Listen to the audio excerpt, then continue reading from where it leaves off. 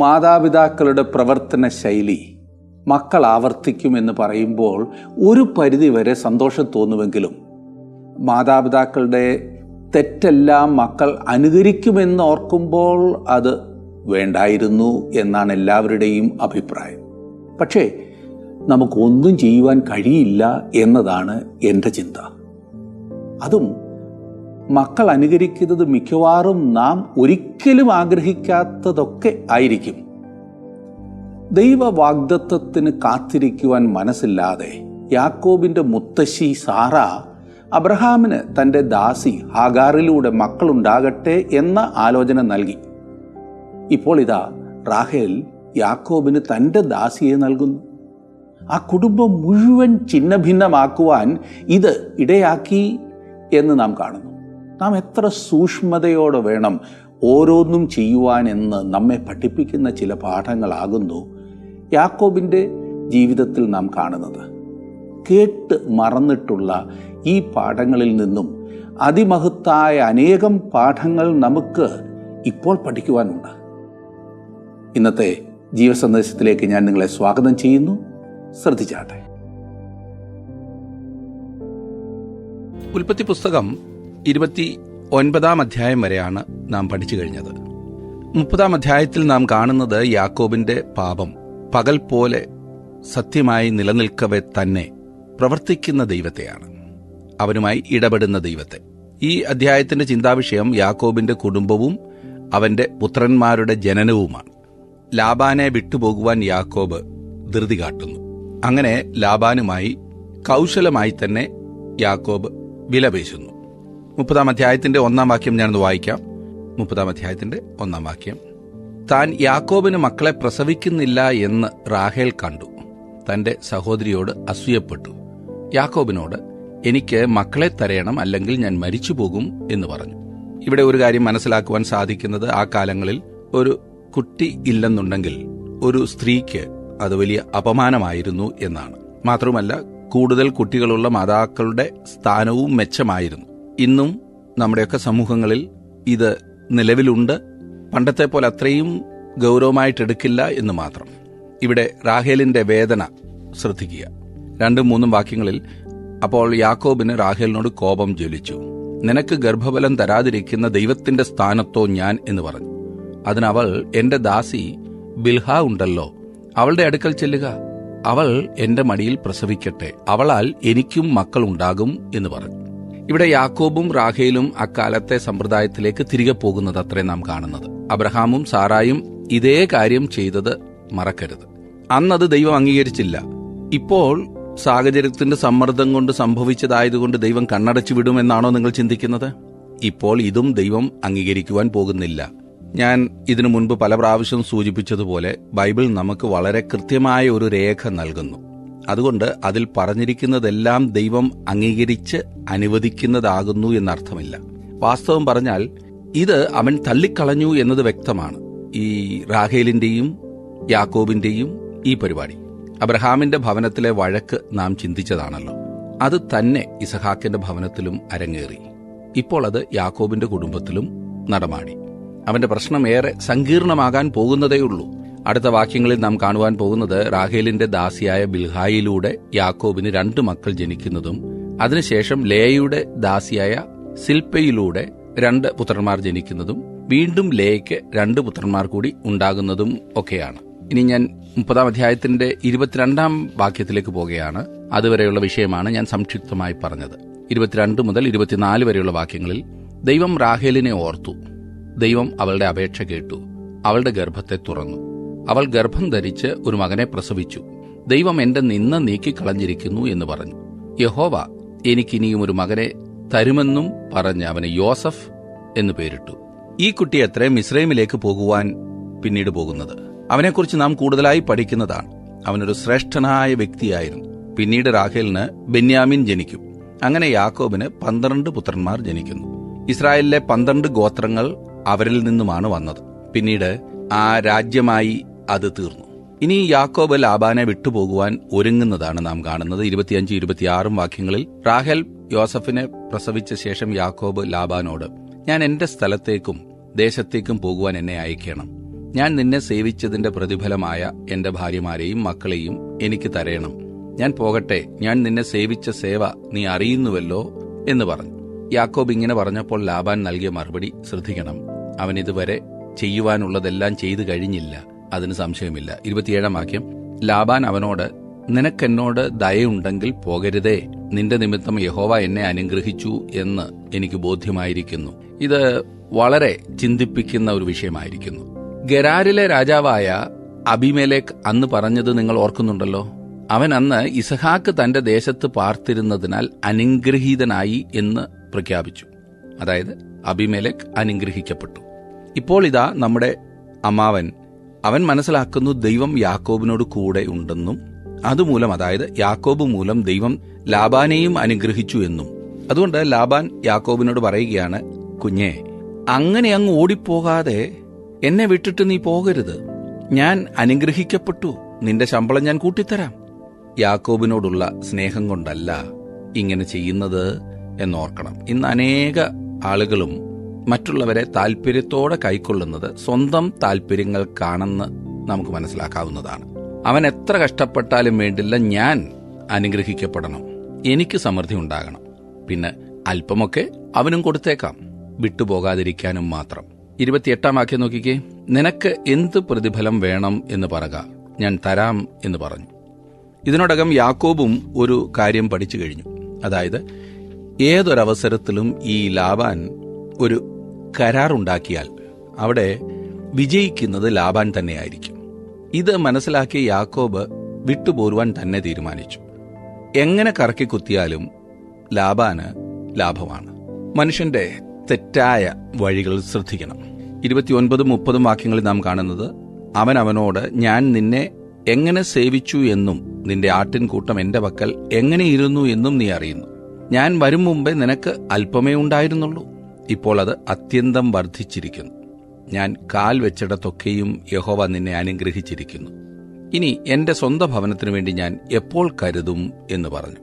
യാക്കോബ് പരാതിപ്പെടുന്നത് ശ്രദ്ധിച്ചാലും അവൻ പറയുകയാണ്, നിനക്ക് ചെയ്ത ഈ സേവനത്തിനെല്ലാം കൂടി എനിക്ക് ലഭിച്ചത് 2 ഭാര്യമാരെയും അവരുടെ ദാസിമാരെയും ഒരു വീട് നിറയെ പിള്ളേരെയുമാണ്. വാസ്തവം പറഞ്ഞാൽ ഈ സംഭവം നടക്കുമ്പോൾ അവന് 11 പുത്രന്മാരുണ്ടായിരുന്നു. അവൻ എങ്ങനെ ജീവിക്കുവാനാണ് പരിപാടിയെന്ന് എനിക്കറിയില്ല. ഇവരെ എല്ലാം എങ്ങനെ അവൻ തീറ്റിപ്പോറ്റും? അവൻ പറയുന്നു, ദൈവം നിന്നെ അനുഗ്രഹിച്ചു, നിന്നെ സമ്പന്നനാക്കി, എന്നാൽ എനിക്കൊന്നുമില്ല. നോക്കണേ, ഈ കൗശലക്കാരന് പറ്റിയ അമളി. എല്ലാം കൂടി ഒറ്റ ദിവസം കൊണ്ട് പിടിച്ചെടുക്കുവാൻ ശ്രമിച്ചവൻ ഇപ്പോൾ എവിടെയാണ് വന്ന് നിൽക്കുന്നത്? ഒന്നുമില്ലാത്തവനായി. അവൻ മൂലം മറ്റുള്ളവർ ഇപ്പോൾ സമ്പന്നരായി. പരിതാപകരമായ ഒരവസ്ഥ. ദൈവവഴികളിൽ നിന്നും ഒളിച്ചോടുമ്പോൾ ഉണ്ടാകുന്ന ബുദ്ധിമുട്ടുകളാണിതെല്ലാം. 31-32 വാക്യങ്ങളിൽ, ഞാൻ നിനക്ക് എന്തു തരേണം എന്ന് അവൻ ചോദിച്ചതിന് യാക്കോബ് പറഞ്ഞത്, നീ ഒന്നും തരേണ്ട. ഈ കാര്യം നീ ചെയ്തു തന്നാൽ ഞാൻ നിന്റെ ആട്ടിൻകൂട്ടത്തെ ഇനിയും മേയിച്ചു പാലിക്കാം. ഞാൻ ഇന്ന് നിന്റെ എല്ലാ കൂട്ടങ്ങളിലും കൂടി കടന്ന് അവയിൽ നിന്ന് പുള്ളിയും മറുവുമുള്ള ആടുകളെയൊക്കെയും, ചെമ്മരിയാടുകളിൽ കറുത്തതിനെയൊക്കെയും, കോലാടുകളിൽ പുള്ളിയും മറുവുമുള്ളതിനെയും വേർതിരിക്കാം. അത് എന്റെ പ്രതിഫലമായിരിക്കട്ടെ. വേറൊരു വിധത്തിൽ പറഞ്ഞാൽ, കൊള്ളാവുന്ന വർഗമെല്ലാം ലാബാന്, കൂട്ടത്തിലെ തിരിയടെയെല്ലാം യാക്കോബിന്, നാടലെല്ലാം യാക്കോബിന്, സങ്കരവർഗം ലാബാന്. യാക്കോബ് പറഞ്ഞു, നീ ഇവയെ എനിക്കിങ്ങ് തന്നാൽ മതി, അതായിരിക്കട്ടെ എന്റെ പ്രതിഫലം. അതെങ്കിലും ആകട്ടെ എന്നായിരിക്കും ചിന്തിച്ചത്. ഏതായാലും അതൊരു നല്ല അഭിപ്രായമായി ലാബാന് തോന്നി.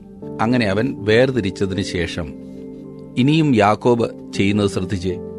36 മുതലുള്ള വാക്യങ്ങൾ, അവൻ തനിക്കും യാക്കോബിനും ഇടയിൽ 3 ദിവസത്തെ വഴി അകലം വെച്ചു.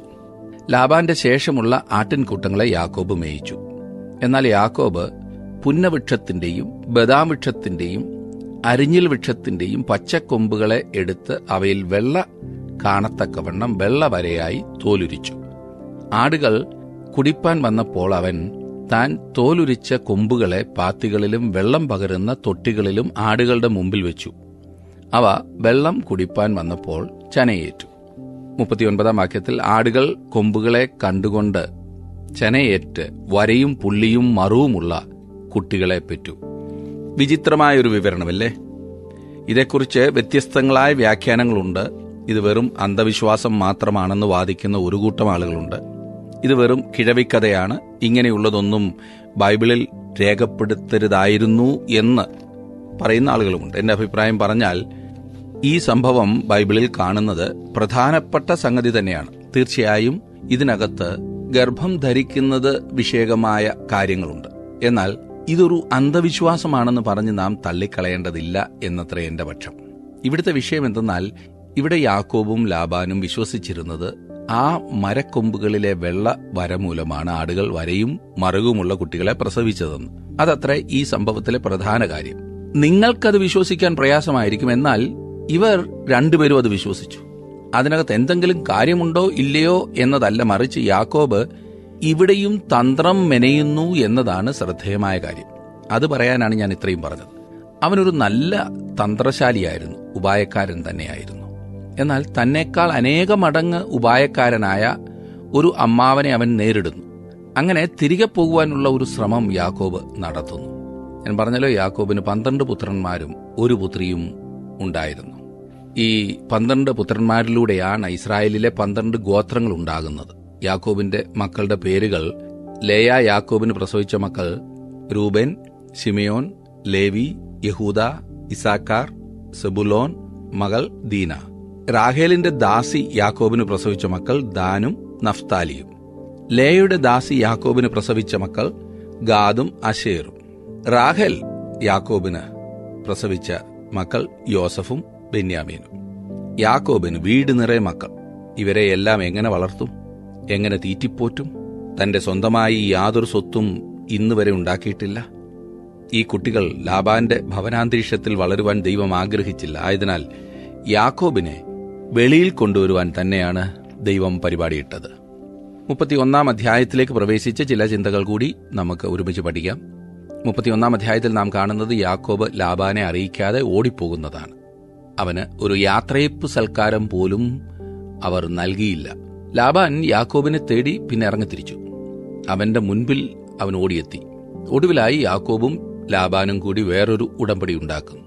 ഈ പ്രാവശ്യം അന്യോന്യം ചൂഷണം ചെയ്യുവാനോ മുറിപ്പെടുത്തുവാനോ ഒരുങ്ങുന്നില്ല.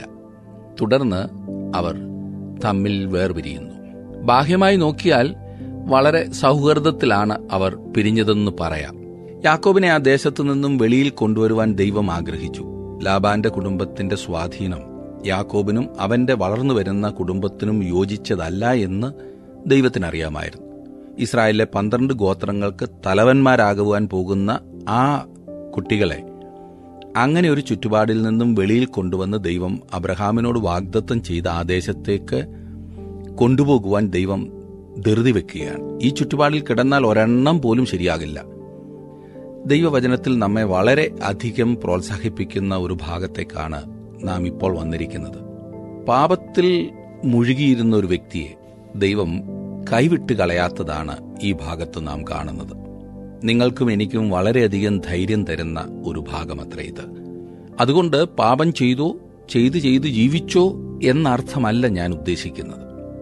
അല്പം ചിന്തിച്ച് ഈ വിഷയം ഗൗരവമായി പരിഗണിക്കുമെങ്കിൽ ഇത് നിങ്ങൾക്ക് ഒരുപാട് ഉത്തേജനം നൽകും.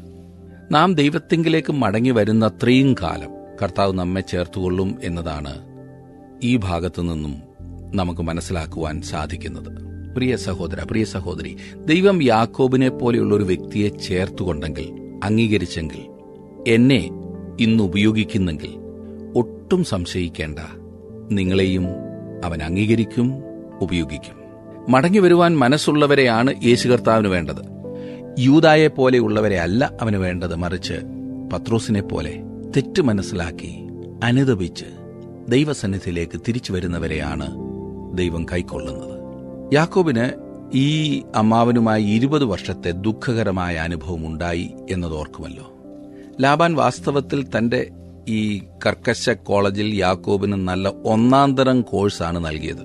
താൻ കടന്നുപോയതായ സകല സംഘർഷങ്ങളിലും യാക്കോബ് വളരെയധികം ക്ഷീണിച്ചു. അവനാകെ വലഞ്ഞിരിക്കുകയാണ്, മടുത്തു. എന്നാൽ ഇപ്പോഴത്തെ ഈ പുതിയ കരാർ അനുസരിച്ച് യാക്കോബിന് ലഭിക്കേണ്ടതിനേക്കാൾ കൂടുതൽ ആടുമാടുകളെ ലഭിക്കുന്നുണ്ട്. അത് ലാബാനോ അവന്റെ പുത്രന്മാർക്കോ ഇഷ്ടപ്പെട്ടില്ല. അതുകൊണ്ട് 31 അധ്യായത്തിലേക്ക് പ്രവേശിച്ച് ആ വിഷയം നമുക്കൊന്ന് ചർച്ച ചെയ്യാം. 31 അധ്യായത്തിന്റെ 1-2 വാക്യങ്ങളിൽ, എന്നാൽ ഞങ്ങളുടെ അപ്പനുള്ളതൊക്കെയും യാക്കോബ് എടുത്തു കളഞ്ഞു, ഞങ്ങളുടെ അപ്പന്റെ വകകൊണ്ട് അവൻ ഈ ധനമൊക്കെയും സമ്പാദിച്ചു എന്ന് ലാബാന്റെ പുത്രന്മാർ പറഞ്ഞ വാക്കുകളെ അവൻ കേട്ടു.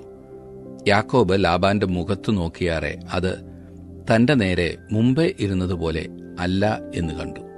ഇപ്പോൾ ഇതാ യാക്കോബിന് ഒരു പ്രതിസന്ധി. ലോകത്തിൽ ഏതൊരു മനുഷ്യനെ സേവിച്ചാലും ഇത് മാത്രമേ പ്രതീക്ഷിക്കാവൂ സുഹൃത്തെ. 20 വർഷം യാക്കോബ് ലാബാനെ സേവിച്ചു, അതും ആത്മാർത്ഥതയോട്. ഇന്ന് ലാബാനുള്ള സ്വത്തിന്റെ കാരണം യാക്കോബിലൂടെ ദൈവം ലാബാന്റെ കുടുംബത്തെ അനുഗ്രഹിച്ചതാണ്. എന്നാൽ ഇപ്പോൾ ലാബാന്റെ പുത്രന്മാരുടെ ആ സ്വരത്തിനൊരു മാറ്റം. അത് കേട്ട ലാബാന്റെ മുഖത്തൊരു ഭാവവ്യത്യാസം. അതെ സുഹൃത്തെ, മനുഷ്യരിൽ നിന്നും ഇത്ര മാത്രമേ പ്രതീക്ഷിക്കാവൂ. അത് എത്ര അടുത്ത ബന്ധമാണെങ്കിലും ശരി, മനുഷ്യരെ വിശ്വസിക്കരുതെന്നല്ല ഞാൻ പറഞ്ഞത്. എന്നാൽ ദൈവത്തിൽ ആശ്രയിക്കാതെ മനുഷ്യരെ മാത്രം നമ്പിയിരുന്നാൽ ഒടുവിൽ നിരാശയായിരിക്കും ഫലം. ദൈവിക പ്രമാണങ്ങളെല്ലാം കാറ്റിൽ പറത്തി യാക്കോബ് ലാബാനെ സേവിച്ചു. ലാബാന് അനുഗ്രഹമായിരുന്നപ്പോൾ യാക്കോബിന് വലിയ വിലയായിരുന്നു. എന്നാൽ ഇപ്പോൾ യാക്കോബ് സമ്പന്നനാകുന്നു എന്ന് കണ്ടപ്പോൾ ലാബാന്റെയും അവന്റെ പുത്രന്മാരുടെയും ഭാവം മാറി. നാം ആരെ സേവിച്ചാലും, ഏത് കമ്പനിയിൽ ജോലി ചെയ്താലും, ഏത് യജമാനന്റെ കീഴിൽ പണിയെടുത്താലും ദൈവത്തെ മറന്നും ദൈവിക പ്രമാണങ്ങളെ അവഗണിച്ചും പോകരുത്. അത് പിന്നീട് ദുഃഖപര്യവസാനിയാകും. ഏതായാലും ദൈവം യാക്കോബിനെ കൈവിടുന്നില്ല. അനേകം വർഷങ്ങൾക്ക് ശേഷം യാക്കോബ് ദൈവശബ്ദം കേൾക്കുന്നു. ഈ ഓട്ടത്തിനിടയിൽ അതിന് സമയമില്ലായിരുന്നല്ലോ. എന്നാൽ മനുഷ്യർ കൈവിടുമ്പോൾ കൈവിടാത്തൊരു ദൈവമുണ്ട്. അവൻ യാക്കോബിനെ തേടി വരികയാണ്. ഇപ്പോൾ യാക്കോബിന് ദൈവത്തിൽ നിന്നും ഒരു വിളി. 3-4 വാക്യങ്ങളിൽ നാം അത് കാണുന്നു. 31 അധ്യായത്തിന്റെ 3 വാക്യം, അപ്പോൾ യഹോവ യാക്കോബിനോട്, നിന്റെ പിതാക്കന്മാരുടെ ദേശത്തേക്കും നിന്റെ ചാർച്ചക്കാരുടെ അടുക്കലേക്കും മടങ്ങിപ്പോക, ഞാൻ നിന്നോട് കൂടെയിരിക്കും എന്ന് അരുളി ചെയ്തു. യാക്കോബ് ആളയച്ച് റാഹേലിനെയും ലേയയെയും വയലിൽ തന്റെ ആട്ടിൻകൂട്ടത്തിന്റെ അടുക്കൽ വിളിപ്പിച്ചു. ദൈവം യാക്കോബിനെ വിളിച്ചു പറഞ്ഞു, ആ സ്ഥലം വിട്ടോ. അങ്ങനെ അവൻ അവിടം വിടുവാൻ ഒരുങ്ങുന്നു. അവൻ റാഹേലിനെയും ലേയയെയും വയലിൽ തന്റെ അടുത്തേക്ക് വിളിപ്പിക്കുന്നു. കാരണമുണ്ട്. അവൻ സംസാരിക്കുന്നത് ലാബാനോ അവന്റെ പുത്രന്മാരോ അവന്റെ ദാസന്മാരോ കേൾക്കുവാൻ ഇടയാകരുത്. അത്ര രഹസ്യമായിട്ടാണ് അവൻ പരിപാടികൾ ഇണക്കുന്നത്. റാഹേലിന്റെയും ലേയയുടെയും അടുത്ത് ഈ കാര്യത്തെക്കുറിച്ച് സംസാരിക്കുന്നത് ആരും അറിയരുതെന്ന് യാക്കോബ് ആഗ്രഹിച്ചു. 31 അധ്യായത്തിന്റെ 5-6 വാക്യങ്ങളിൽ അവരോട് പറഞ്ഞത്, നിങ്ങളുടെ അപ്പന്റെ മുഖം എന്റെ നേരെ മുമ്പേ പോലെയല്ല എന്ന് ഞാൻ കാണുന്നു. എങ്കിലും എന്റെ അപ്പന്റെ ദൈവം എന്നോട് കൂടെ ഉണ്ടായിരുന്നു. നിങ്ങളുടെ അപ്പനെ ഞാൻ എന്റെ സർവ്വബലത്തോടും കൂടെ സേവിച്ചു എന്ന് നിങ്ങൾക്ക് തന്നെ അറിയാമല്ലോ. ഈ പറഞ്ഞ കാര്യത്തിൽ നമുക്ക് യാക്കോബിനോട് യോജിക്കാം. അവന്റെ ഒരു നല്ല പ്രവൃത്തിയായി വേണമെങ്കിൽ ഇതിനെ കണക്കാക്കാം. അവൻ വളരെ കഠിനാധ്വാനം ചെയ്തു. ആത്മാർത്ഥമായി അവൻ അവിടെ ജോലിയെടുത്തു. എന്നാൽ ഞാൻ ചിന്തിക്കുന്നത്, ഇതിനുള്ള അംഗീകാരം നാം വാസ്തവത്തിൽ ലാബാനാണ് നൽകേണ്ടത്. ഞാൻ കരുതുന്നത്, ലാബാന് പണിയെടുത്ത എല്ലാവരുടെയും പക്കൽ നിന്നും അവൻ തന്റെ പണം മുതലാക്കി. എങ്ങനെ പണി എടുപ്പിക്കണമായിരുന്നു എന്ന് ലാബാൻ അറിയാമായിരുന്നു. 7 വാക്യം നോക്കിക്കാട്ട്, നിങ്ങളുടെ അപ്പനോ എന്നെ ചതിച്ചു. എന്റെ പ്രതിഫലം 10 പ്രാവശ്യം മാറ്റി, എങ്കിലും എന്നോട് ദോഷം ചെയ്യുവാൻ ദൈവം അവനെ സമ്മതിച്ചില്ല. ശ്രദ്ധിക്കുക, ഈ 20 വർഷത്തിനിടയിൽ നമ്മുടെ ലാബാൻ യാക്കോബിന്റെ പ്രതിഫലം 10 പ്രാവശ്യം മാറ്റി എന്ന് പറഞ്ഞാൽ കൊടുത്തില്ലെന്ന്. പാവം യാക്കോബ്. അവൻ ആകെ തകർന്നപ്പോൾ, അവൻ ആകെ ചിന്താക്കുഴപ്പത്തിലായപ്പോൾ, എങ്ങോട്ട് തിരിയണമെന്നറിയാതെ കുഴഞ്ഞപ്പോൾ ദൈവം പ്രവർത്തിക്കുന്നു. 8-9 വാക്യങ്ങളിൽ നാം വായിക്കുന്നത്, പുള്ളിയുള്ളവ നിന്റെ പ്രതിഫലമായിരിക്കട്ടെ എന്നവൻ പറഞ്ഞുവെങ്കിൽ കൂട്ടമൊക്കെയും പുള്ളിയുള്ള കുട്ടികളെ പെറ്റു. വരയുള്ളവ നിന്റെ പ്രതിഫലമായിരിക്കട്ടെ എന്ന് അവൻ പറഞ്ഞുവെങ്കിൽ കൂട്ടമൊക്കെയും വരയുള്ള കുട്ടികളെ പെറ്റു. ഇങ്ങനെ ദൈവം നിങ്ങളുടെ അപ്പന്റെ ആട്ടിൻകൂട്ടത്തെ എടുത്ത് എനിക്ക് തന്നിരിക്കുന്നു. തന്നെ അനുഗ്രഹിച്ചത് ദൈവമാണെന്ന് യാക്കോബ് റാഹേലിനോടും ലേയയോടും പറയുന്നു. അതായത് ലാബാനും അവന്റെ പുത്രന്മാർക്കും യാക്കോബിനോട് വളരെ അസൂയ തോന്നത്തക്കവണ്ണം, അവനെ വെറുക്കത്തക്കവണ്ണം അവനെ അനുഗ്രഹിച്ചത് ദൈവമാകുന്നു പോലും. ഇനിയും താൻ ആ ദേശം വിട്ടുപോകുവാൻ ആഗ്രഹിക്കുന്നതിന്റെ യഥാർത്ഥ കാരണം കൂടി യാക്കോബ് പറയുകയാണ്. 11-12 വാക്യങ്ങൾ, ദൈവത്തിന്റെ ദൂതൻ സ്വപ്നത്തിൽ എന്നോട്, യാക്കോബേ എന്ന് വിളിച്ചു. ഞാൻ ഇതാ എന്ന് പറഞ്ഞു. അപ്പോൾ അവൻ, നീ തലപൊക്കി നോക്കുക, ആടുകളുടെ മേൽ കയറുന്ന മുട്ടാടുകളൊക്കെയും വരയും പുള്ളിയും മറുവുമുള്ളവയല്ലോ. ലാബാൻ നിന്നോട് ചെയ്യുന്നതൊക്കെയും ഞാൻ കണ്ടിരിക്കുന്നു. ഈ കന്നുകാലികൾ പെറ്റുപെരുകുന്നതിനെക്കുറിച്ച് കഴിഞ്ഞ അധ്യായത്തിൽ ഞാൻ തൃപ്തികരമല്ലാത്ത ഒരു വിവരണം നൽകിയെന്ന് ഒരുപക്ഷെ നിങ്ങൾ ചിന്തിക്കുന്നുണ്ടാകും. യാക്കോബ് ഈ തന്ത്രങ്ങളൊക്കെ കാണിക്കുന്നുണ്ടല്ലോ. അപ്പോൾ പിന്നെ അവന്റെ സാമർഥ്യം കൊണ്ടല്ലേ അവന്റെ മൃഗസമ്പത്ത് വർദ്ധിച്ചത് എന്നൊരുപക്ഷെ ചിന്തിച്ചേക്കാം. ഇപ്പോൾ നാം വായിച്ച ആ ഭാഗം വരെ എത്തുവാൻ ഞാൻ കാത്തിരിക്കുകയായിരുന്നു. കാരണം ഇവിടെ ദൈവം തന്നെ പറയുന്നു, ഞാൻ ഇതെല്ലാം ചെയ്തിരിക്കുന്നു എന്ന്. സ്വാഭാവികമായുള്ള ഒരു വിശദീകരണത്തിനായി നാം നോക്കേണ്ടതില്ല. അങ്ങനൊരെണ്ണം ദൈവം ഉപയോഗിച്ചു എന്നതിൽ എനിക്ക് തർക്കമില്ല. ദൈവം പറഞ്ഞു, ലാബാൻ നിന്നോട് ചെയ്യുന്നതൊക്കെയും ഞാൻ കണ്ടിരിക്കുന്നു, എന്നാൽ ഞാൻ നിന്നെ അനുഗ്രഹിച്ചു. 13-ാം വാക്യത്തിൽ നാം വായിക്കുന്നത് 31:13, നീ തൂണിനെ അഭിഷേകം ചെയ്യുകയും എന്നോട് നേർച്ച നേരുകയും ചെയ്ത സ്ഥലമായ ബഥേലിന്റെ ദൈവമാകുന്നു ഞാൻ. ആകയാൽ നീ എഴുന്നേറ്റ് ഈ ദേശം വിട്ട് നിന്റെ ജന്മദേശത്തേക്ക് മടങ്ങിപ്പോക എന്ന് കൽപ്പിച്ചിരിക്കുന്നു. ഞാൻ ബഥേലിന്റെ ദൈവമാകുന്നു. ഈ യാക്കോബിന് ദൈവം പണ്ട് പ്രത്യക്ഷമായ സമയത്തേക്ക് അവൻ പോകുന്നു. അതെ, യാക്കോബ് വീട്ടിൽ നിന്നും ഓടിപ്പോരുന്ന ആ സമയമുണ്ടായിരുന്നല്ലോ. ആ രാത്രിയിൽ ഏകാന്തതയിൽ നടന്ന ആ സംഭവം. അന്ന് രാത്രി അവൻ ബഥേലിലായിരുന്നല്ലോ വിശ്രമിച്ചത്. ദൈവം പറയുന്ന, ആകയാൽ നീ എഴുന്നേറ്റ് ഈ ദേശം വിട്ട് നിന്റെ ജന്മദേശത്തേക്ക് മടങ്ങിപ്പോക. യാക്കോബ് ഹാരാൻ വിട്ടുപോകണമെന്നത്രേ ദൈവം ആഗ്രഹിക്കുന്നത്. കാരണം ഈ പറഞ്ഞ സമയമായപ്പോഴേക്കും യാക്കോബിന് 11 പുത്രന്മാരുണ്ടായിരുന്നു. അവരെല്ലാം ആ ദേശത്ത് അവർ പഠിക്കരുതാത്ത പലതും പഠിക്കുവാൻ ആരംഭിച്ചു കഴിഞ്ഞിരുന്നു. അന്യ ആരാധനയുടെ ഈ സ്ഥലത്തു നിന്നും പണ്ട് അബ്രഹാമിനെ വെളിയിൽ കൊണ്ടുവന്നതുപോലെ യാക്കോബിനെയും പുത്രന്മാരെയും വെളിയിൽ കൊണ്ടുവരുവാനാണ് ദൈവത്തിന്റെ പരിപാടി. 14-15 വാക്യങ്ങളിൽ റാഹേലും ലേയും അവനോട് ഉത്തരം പറഞ്ഞത്, അപ്പന്റെ വീട്ടിൽ ഞങ്ങൾക്കിനി ഓഹരിയും അവകാശവുമുണ്ടോ? അവൻ ഞങ്ങളെ അന്യരായിട്ടല്ലയോ വിചാരിക്കുന്നത്? ഞങ്ങളെ വിറ്റു വിലയും എല്ലാം തിന്നുകളഞ്ഞുവല്ലോ. എന്തൊരു പ്രയോഗമില്ലേ! അവർ പറയുന്നത്, ഞങ്ങളുടെ അപ്പന്റെ സ്വത്ത് ഞങ്ങൾക്കും അവകാശപ്പെട്ടതാണ്, അതിൽ കുറെ ഞങ്ങൾക്കും ലഭിച്ചേ മതിയാകൂ. എന്നാൽ ലാബാനെ ഈ കാര്യത്തിലൊന്നും വിശ്വസിക്കുവാൻ കഴിയില്ല. വാസ്തവത്തിൽ തന്റെ മക്കൾക്ക് അവകാശപ്പെട്ടത് അവർക്ക് നൽകുവാൻ ലാബാൻ മനസ്സുവെച്ചാൽ പിന്നെ അവരോട് ശത്രുത ആവശ്യമില്ലല്ലോ. പക്ഷേ ഇവിടെ നേരെ മറിച്ചാണ് സംഭവിക്കുന്നത്. ഇന്ന് നമ്മുടെ സമൂഹത്തിലൊക്കെ അപ്പന്റെ സ്വത്തിന്മേലുള്ള അവകാശം പറഞ്ഞ് എന്തുമാത്രം ബഹളമാണ് നടക്കുന്നത്.